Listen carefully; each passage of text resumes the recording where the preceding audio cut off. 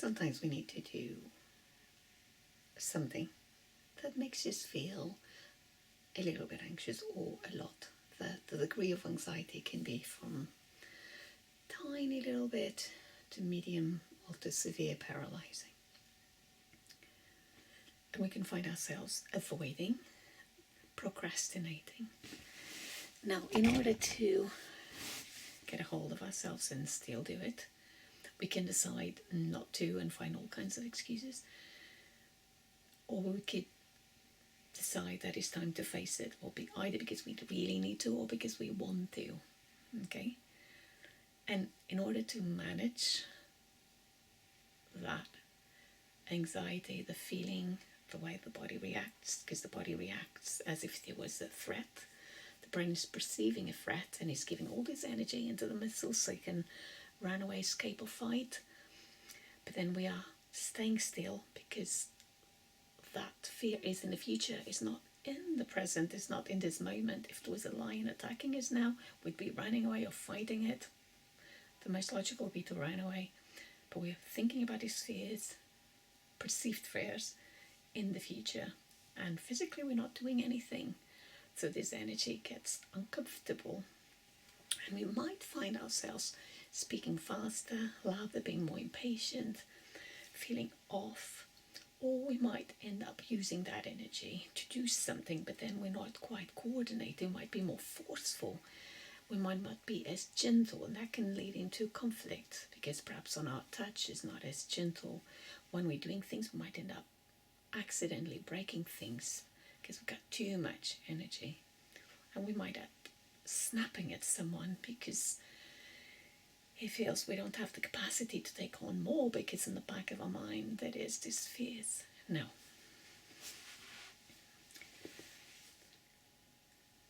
In order to manage and cope a little bit better and to recognize what sort of fears are in the background of our mind, consciously or unconsciously, we need to, one way is to recognizing it, acknowledging it. Sometimes we try to avoid because we have the fear that we might become too overwhelmed or too stressed, or that might take us to a place where we feel too sad, low, and depressed. So we might want to avoid it through distractions. No, I'm not thinking. Or we might go into over-analyzing it. But we want to find a healthy middle ground. So the body's perceiving something, so we're going to acknowledge it and then work through it in a more rational way. We're going to give our chance to acknowledge what our fears are. Now, when we do that, we can do just writing it down. By writing it down, we're taking off of our minds, and then we see it in paper for what it is, or we can speak it out. Now, when we're talking about fears, often we might speak a little faster. Okay, so we're not going to try to think if it's rational or irrational. Initially, just let it out. Let's, for example.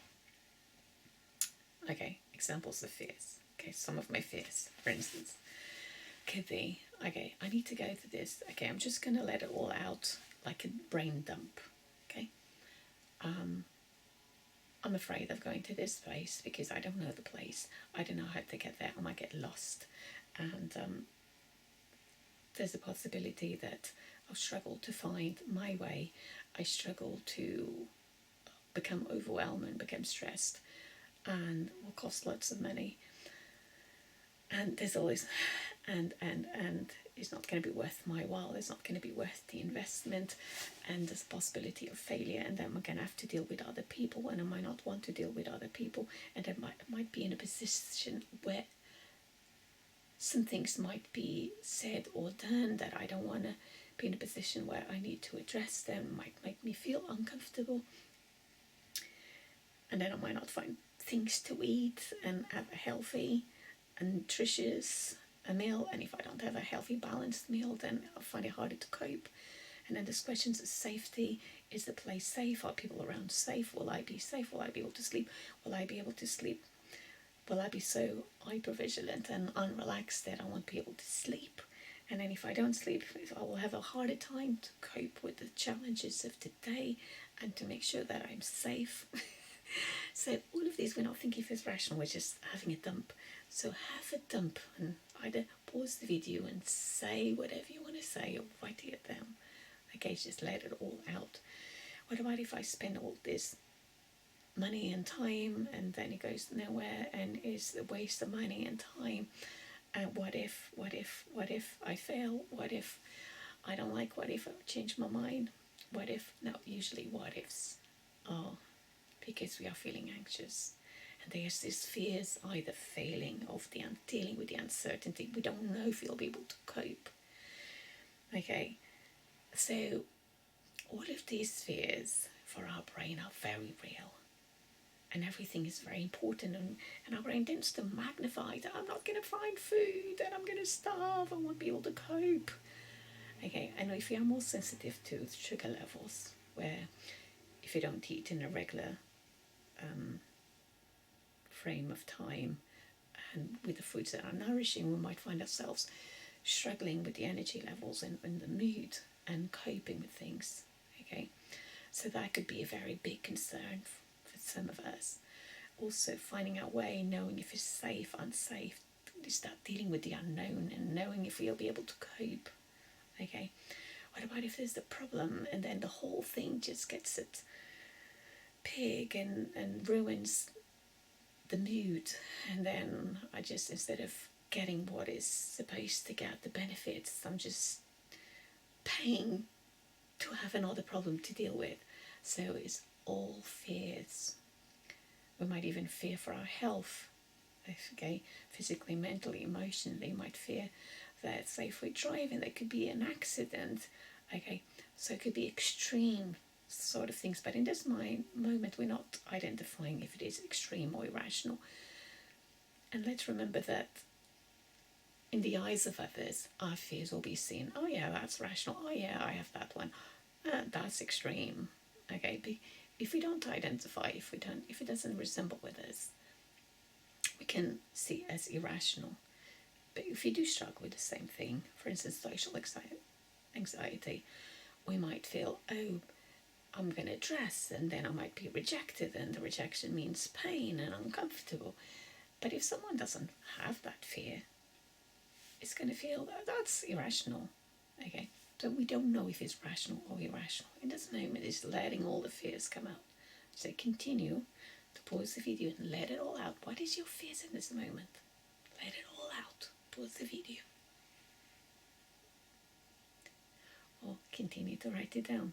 Again, what are the fears? And continue until there's no more fears coming out. Okay, what are the other fears? What if I need this and then I don't have, and then I have a harder time? What if I forget this and it's very important? And then I'll have a harder time, and it creates more stress and more overwhelm.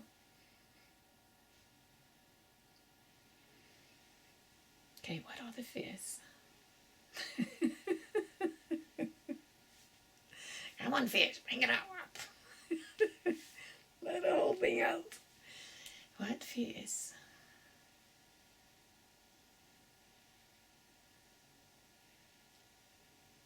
And then when you just give that space to just share every single fear, doesn't matter if it's logical, illogical, rational or irrational, just letting it all out. There's like a sense of relief. These are the fears. And you can even have social fears. If you go somewhere participating in an activity, it could be the fear of rejection, or fear that people might ostracize, okay, or reject, or say you're not welcome here, and or fear that we might turn up late and then have to walk that walk of shame, that we are late and feel uncomfortable and all eyes are on us. And it could be the fear of failure, okay, because we tried one more thing and that thing just failed. And now we feel bad about ourselves, and we feel bad to tell others, and we feel like a failure. Okay, so come on, fears, bring it all up.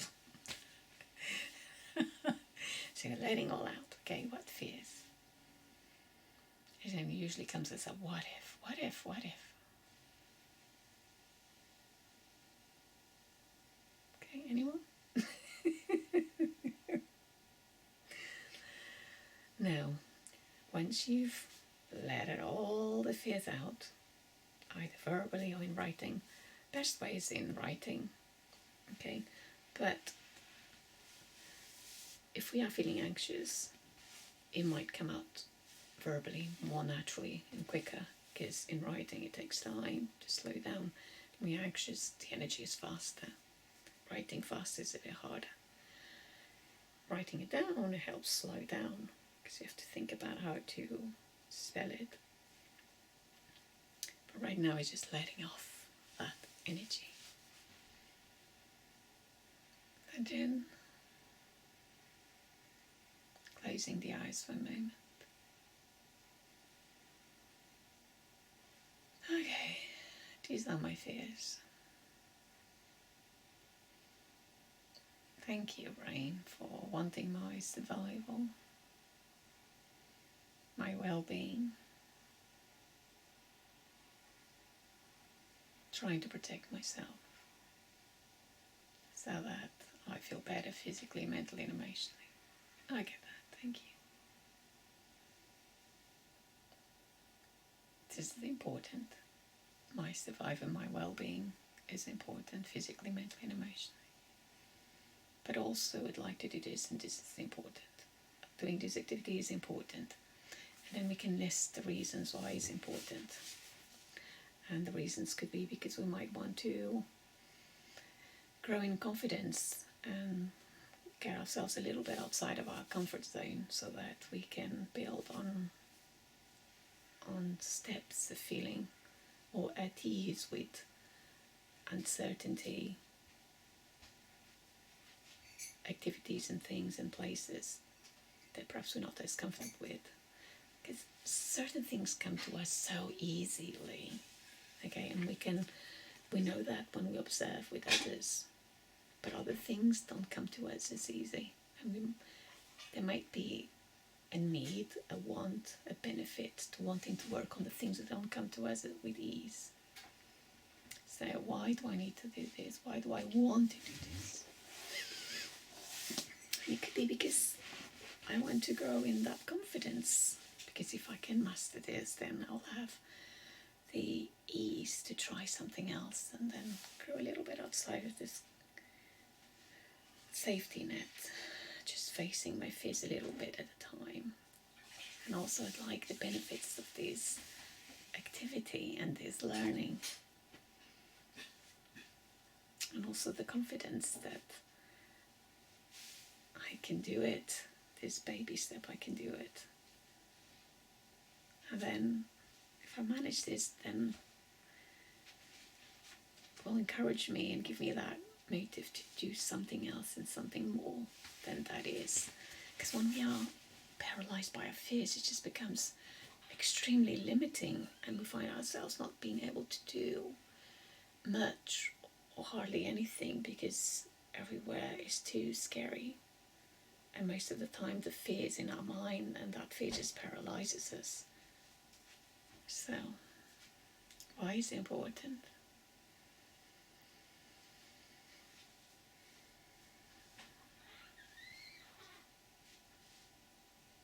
I want to be able to do it.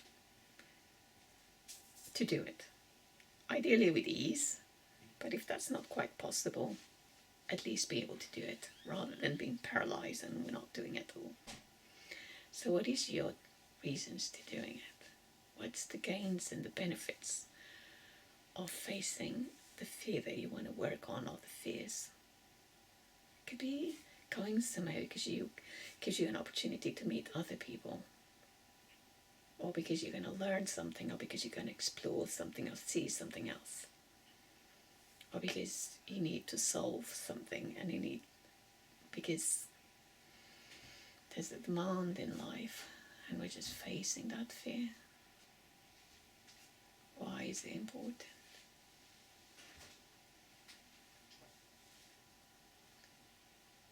Could be because it increases the possibility of doing something that's going to bring us benefit and improvement to our lives.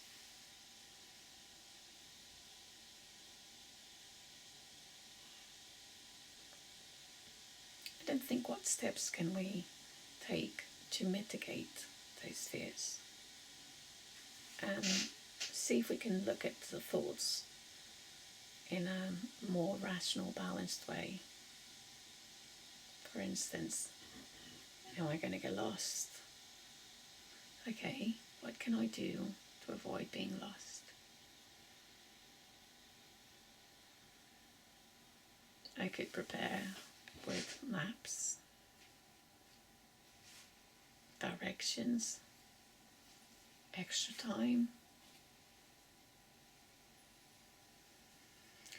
And sometimes it could highlight that all the steps that we need to do are just so many and so overwhelming. Then we end up doing nothing. So what can I do one baby step at a time? Just one thing that's going to work towards addressing, solving, improving. That is within my control. And there'll be an element of being able to take a couple of steps, and if you can't, that are within our, and if you can't, because we don't have the know-how, can we ask someone? And if you don't have that, then is also the element of what can we do? For instance, give ourselves extra time, so we have time to think through, maybe call someone, maybe look at the Google Maps, stop and ask. Okay? And there's an element of trust. Okay, so whatever happens, I trust I'll be able to be in a position to find the solutions that I need for that particular moment.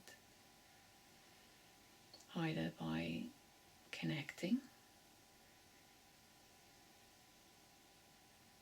and thinking, what is the best thing to do in this moment? Or contacting someone, asking someone, on the moment, on the spot, passerby, for instance.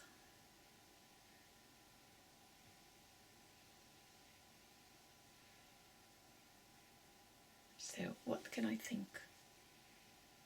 What steps could I take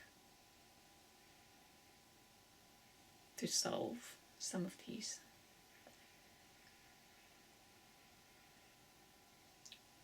For instance, if you can pause the video if you need more time.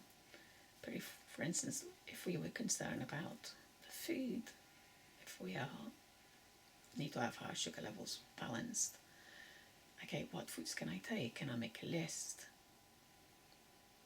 Okay, I know that is an ideal and a perfect way, but what is the minimum that I could do? Because sometimes that perfect way might not be 100% possible in this moment in time. So what is the things I can take? Now, if we just address one thing or two, okay, it won't be perfect, but at least some things will be addressed. So it doesn't have to be all or nothing. It's either going to be a good time or a terrible time. Okay, it's more likely to be some things might be challenging, but there'll also be good things. Problem solving will give us a sense of satisfaction. We might discover good and positive things that might add to our sense of enjoyment. And we'd struggle to see the neutral and the good because we're not experiencing them in this moment in time. But when we go through it, if we create the space to see, this might be challenging or this is challenging, acknowledging, but then what is it neutral? What is it that is good? What is that is positive? Just to create that balance. And then keep on coming back. Why am I doing this? Why is this important to me?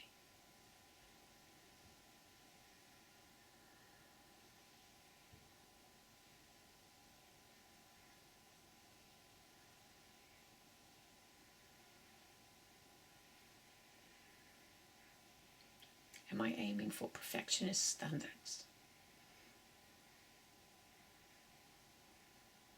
we might be aiming for that perfection, getting there and getting there with ease and on time in the best route at the best time. Yeah, that's ideal, but also might want to be able to eat and healthy at the right times, the right foods, and I need to tick all the boxes that what I need nutritionally for that day. But it needs to be 100% safe at all levels. If there's a degree of uncertainty, then it's not perfect. And it needs to be guaranteed that it's 100% a success. And it's worth my money and time to be worthwhile. Because I don't want that fear of failure or loss of money, time and effort and energy. Okay, so we've got this perfectionist standards. Unless it is a success and I get something out of it, guaranteed, then it's not worth my while. It's all or nothing kind of thinking. And our brain tends to magnify the negatives and the worst that can possibly happen. I'm going to have a car accident, I'm going to die, and I'm going to put my family through this. It's an all of these things, there is a possibility that we are losing our money and time and all of that. Yes, there is a possibility, but let's look, what is the probability? Okay, yes, there is a possibility that we go somewhere and someone will reject us and kick us out. Okay, but what is the probability? Am I likely to engage in behaviors that will make someone that are illegal, immoral? And then we're like, no, I'm not. Okay, there could be misunderstandings on our communications, but there's a possibility of clarifying.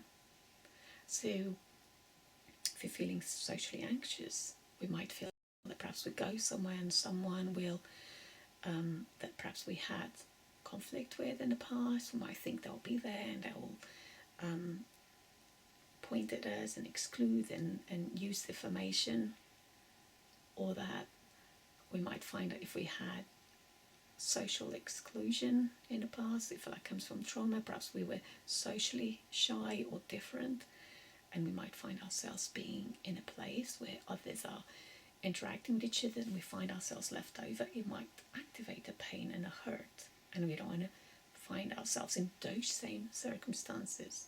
Or if we've had fear in the past where we lost and there was because of the failure, there was consequences of being hit or bitten or excluded from participating.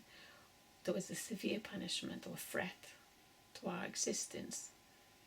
We might associate, we might have this strong fear, no, I must succeed, or if not, I'm not doing it.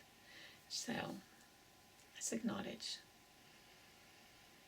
is my fears based in this moment and time, or does it come from a place in the past where I experienced the same fear? The fear of failure, the fear of rejection, the feeling out of control, the fear of the unknown, not knowing what to do. Is there a combination?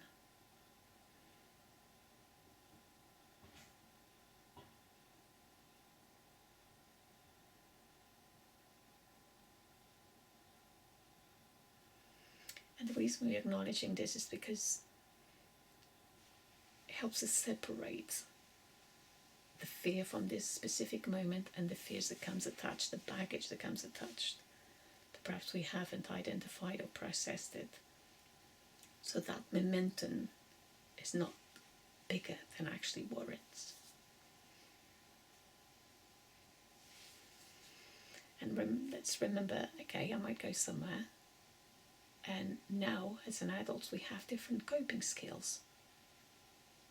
Perhaps when we were younger or as a child, we might not have had the life experience, the coping skills, the ability to solve things. But now we have different resources that we can access and tap into. For instance, if we start feeling overwhelmed, we can take a moment, okay, feeling overwhelmed, so it's time to stop, go for a walk, rest, give myself space and time in my brain, space and time until I can just relax. Just going to address one thing at a time.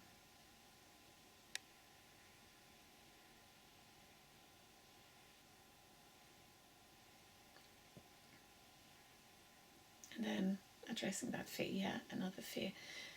Yes, there's a possibility of this happening, but the probability, and we can put it on a scale, is low or moderate or high.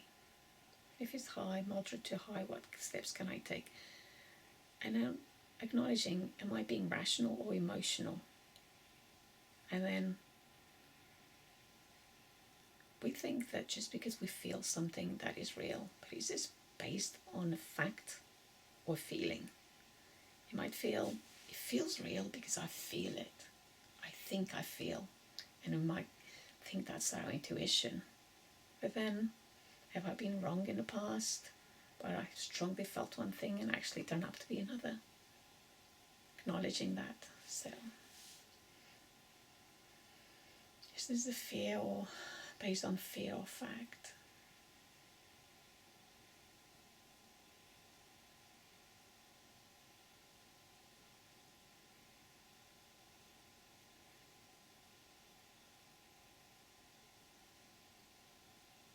And I feel we need to have everything addressed and know exactly every single detail. Okay, what is within my control? Okay, I can't control others or the weather and external things. Okay, but what can I do in each sphere?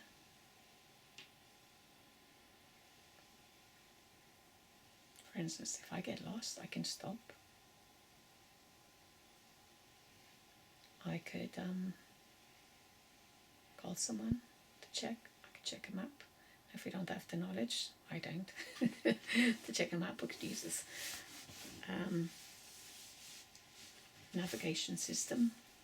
I could ask someone on the street, the old way. Excuse me, please, I'm going on this way, a bit lost. How do I get there? And then ask as many times as needed. Find our way in the past, so. And if we give ourselves plenty of time, we have more time to deal. Now, if we find ourselves with shortages of time, and that is compounded because we have a life that we're living, and because our anxious thoughts are getting in the way and our feelings are getting in the way, and we find ourselves distracted, it's like, okay, what can I do in this moment to help me stay focused? Okay, let's shake.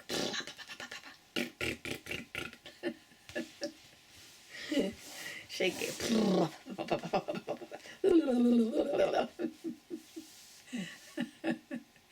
See if we can get out some of that steam off.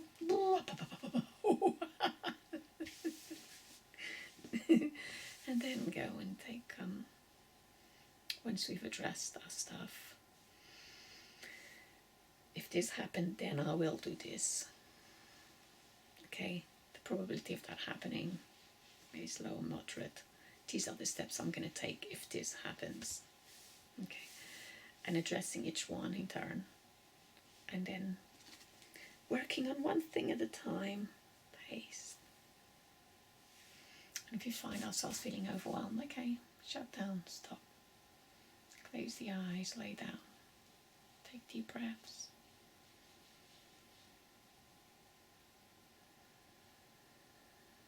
Take slow, deep breaths.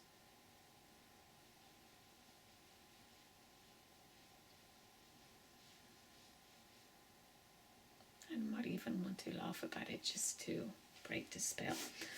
Oh, here we go again.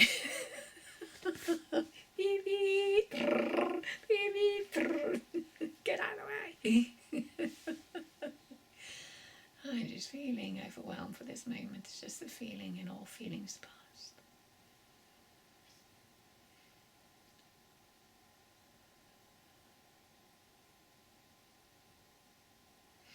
Now, what steps can we take to feel physically safe, mentally safe, environmentally safe? So, close the door, locked. So, by working on some of the steps, okay, by letting it all of our chest and facing our fears, by doing something physical so we can use that energy, it's going to help us recognize our fears, if they are rational, irrational, if they're attached to some baggage from the past, and giving ourselves the reason why we want to face these fears. So that, and also recognizing, okay, I can feel anxious and I can try to look towards and noticing the neutral and the good and the positive. I can feel anxious and still wanting to try. And out of the more we avoid something, the more anxious we get. So we need to face our fears. So, and that could be an activity, an object, a person, or a situation. We can only overcome that fear by facing it. It's like when we learn to drive at the beginning, we feel so anxious, and our physiological reaction to it, sweating, tense, heart beating fast, lump on the throat, chest, and you can even feel a bit nauseous and sick. And then the more we go over that roundabout, that road that makes us feel anxious, eventually the body starts relaxing over time. And then at some point, or even going to town, and at some point we start feeling more and more relaxed and then being okay. Or even thinking about a fear we've overcome in the past. Fear of an animal, and then we got to be relaxed about it. And then bit by bit started actually liking it. Okay, so think about time in the past where you were scared of something, and you either forced to or you decided to address it, and then bit by bit you managed to overcome it. Or you did an activity and you were expecting to be the worst, and actually, yeah, there were some challenges, but there were some good things too, and it was not nearly as bad as you were anticipating. So sometimes we tend to under or minimize the danger and the threat of something, and just think, oh, everything is good and positive and it's going to be fine and perfect. Okay, we are under minimizing the problems. But when we're feeling anxious, it's actually tend to be the other way around. We tend to over exaggerate the dangers and the problems, and we think that we're not going to be able to cope, and we think that there's something wrong with us, and we think we're personalizing it. Oh, there's something wrong with my brain, my body, or my way, and that can lead us into feeling depressed, low mood and depressed and hopeless. So just recognizing the brain is trying to protect us, and if we had extreme severe challenges in the past and trauma, then it's going to be a little harder to overcome, but it is possible. And let's recognize getting to the place where we're never going to feel anxious at all is probably not going to be realistic, okay?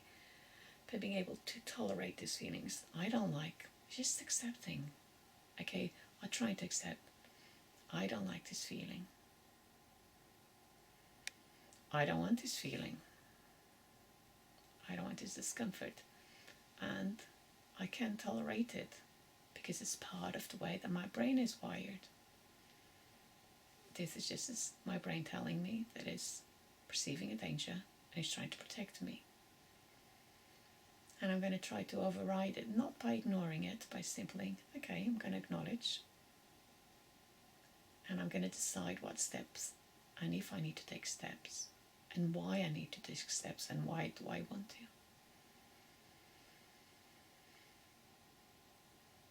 And I'm going to remind myself that by facing things and facing my fears, it will become easier. It might not get rid of it, but it will help me cope with it now and in the future. And it will help me towards feeling stronger and more resilient. So, I don't like the sensation, I don't want the sensation, but I can learn to cope and tolerate in the best possible way that I can, without making it bigger, personalizing, making it mean that there's something wrong with me, that I'm the only person, the worst person, and also making it mean that because of this, no one will love me, no one will accept me, I will never be able to do anything. So we can take one fear, and there's some validity on that fear, but then we add layers of complexity. Okay, and then it's going to means that it's going to end up not usually some sort of tragedy, die physically, mentally, emotionally, or being rejected, or not having a job, never working, not having a relationship. Is going to an extreme, all of nothing, all or nothing. So take a moment to come back to the heart, to come back to the breath.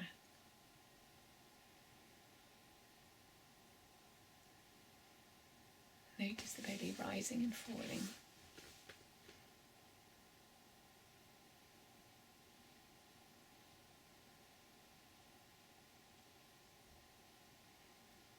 We want to kind of go into, it's all going to be good, it's all going to be fine.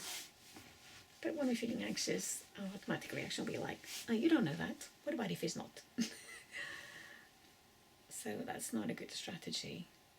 So some things might not go well. Hopefully it will go well. I prefer if it goes well. But if it doesn't, then hopefully in the future there will be, I'll check or look for or ask for the support to see what the options are in that moment in time.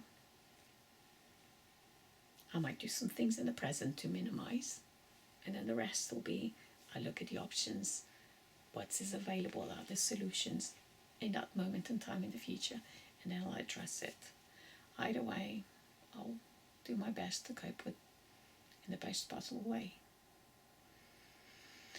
Yes, I like to go through things in an easy manner, painless, pain-free, physically, mentally and emotionally pain-free. But the reality of life, there are challenges, there are ups and downs, there is light and darkness.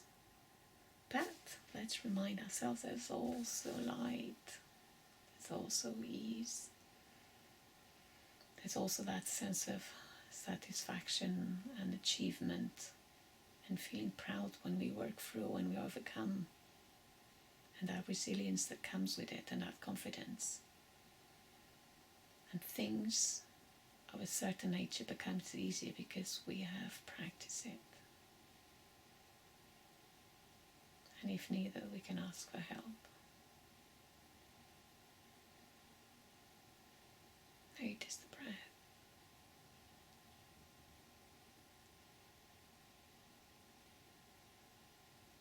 And if you want to go, all is well, and we don't believe it, okay. Some things I'm not certain, and I'll make peace with the uncertainty. I don't know if it's all is well. But I do know that some things are okay. Some things are going well. And with the things that I don't know if it's well or will be well, I'll just make peace with that uncertainty. And I'll work on having the trust and faith that I'll work through like I have done in the past. And over time things will somehow fall into place. I'll find ways of coping and supporting me through. That I'll learn through my lessons. That I'll take time to focus on the things that I'm grateful for, the things that are working, the things that are good.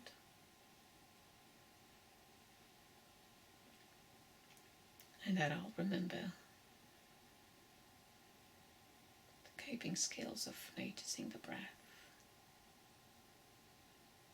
acknowledging my thoughts and fears, just naming it to tame it. Doesn't feel as big as ignoring it. Taking soothing breaths.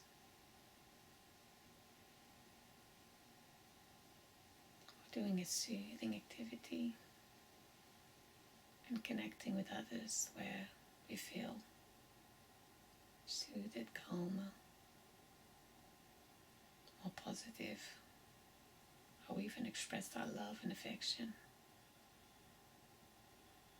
so that our life is not just so empty and only problems, or even just connecting with our heart and abdomen. It's support and self-soothing.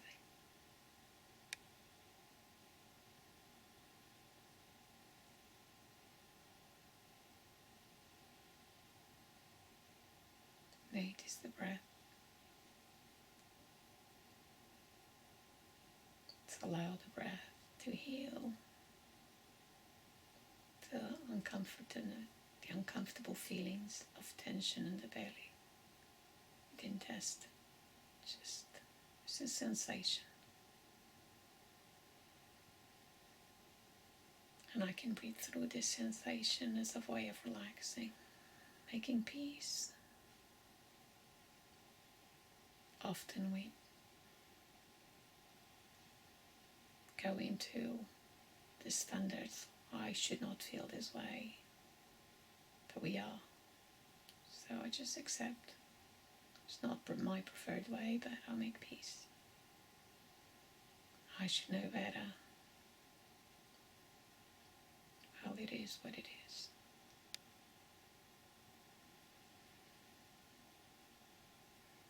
But there's coping skills that I have, and I still feel this way. I shouldn't. There's something wrong with me. No, it's okay.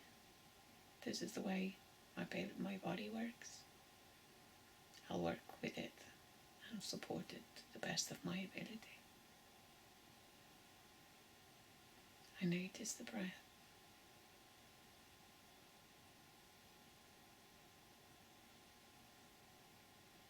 Let's take a slow breath in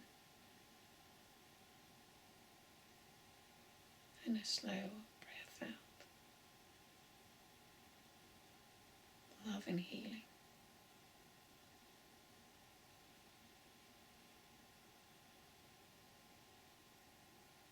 Breathe in.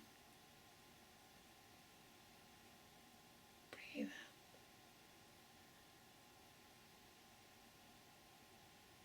Breathe in.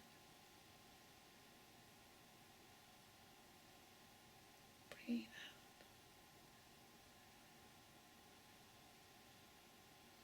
out. Love and healing. Breathe in.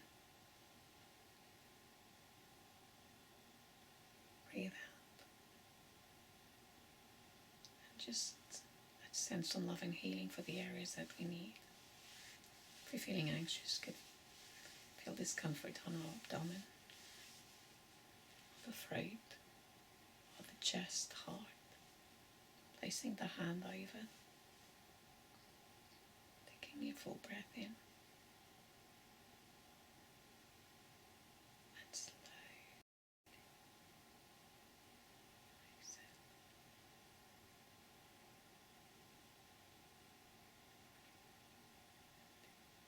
Breathe in.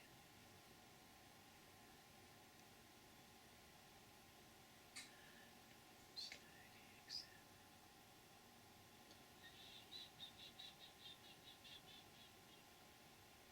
Breathe in.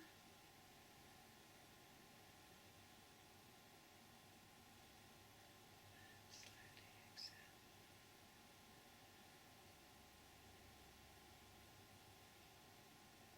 Relax the forehead, the jaw, the teeth.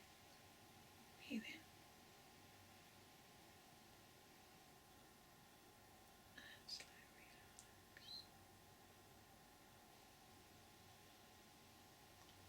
Relax the chest, shoulders, back. Breathe in. Breathe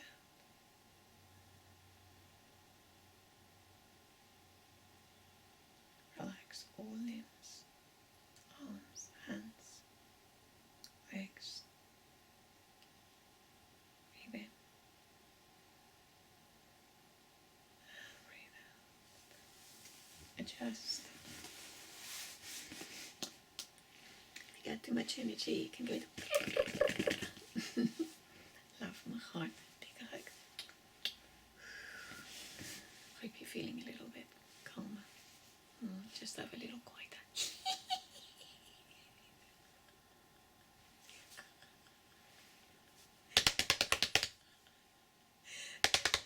Releasing some energy still.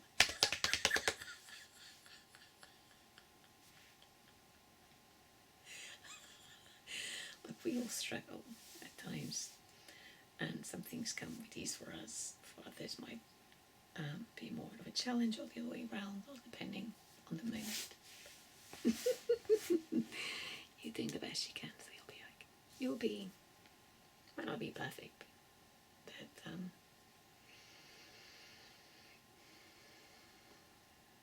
take it easy. Take it easy. Either way, we'll have our breath. With us breathing. And slowly out.